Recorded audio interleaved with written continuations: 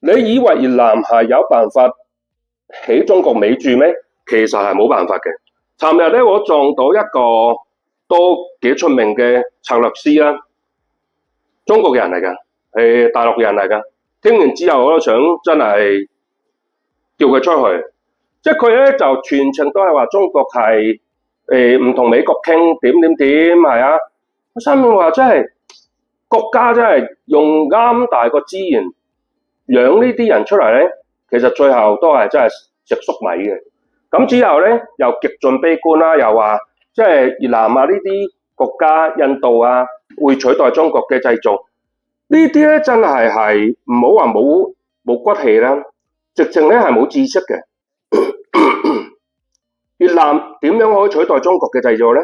越南得1億嘅人口，越南咧而家製造業嘅佢1億嘅人口啦，9000幾萬1億啦，咁就業人口5000萬啦，製造業嘅人口大概千百萬左右。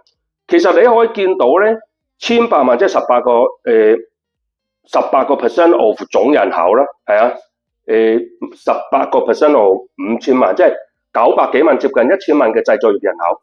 其實呢個比例已經仲高過中國㗎啦，同中國差唔多啦。其實咧係喺全世界一定係算好高嘅。咁因為你有第一產業、第三產業啊、第二產業嘅分配㗎嘛。咁所以你越南咧谷到咁樣咧，其實佢喺人手方面咧，你叫佢再增加咧，其實佢唔係特別多空間嘅。咁第二方面咧，你好似越南呢個國家，佢嘅電而家係極度短缺嘅，有大概25至30% 咧係中國輸電俾佢嘅，出口俾佢嘅。咁如果佢係喺中國尾注，中國咪嗰30%咪唔好輸俾佢咯。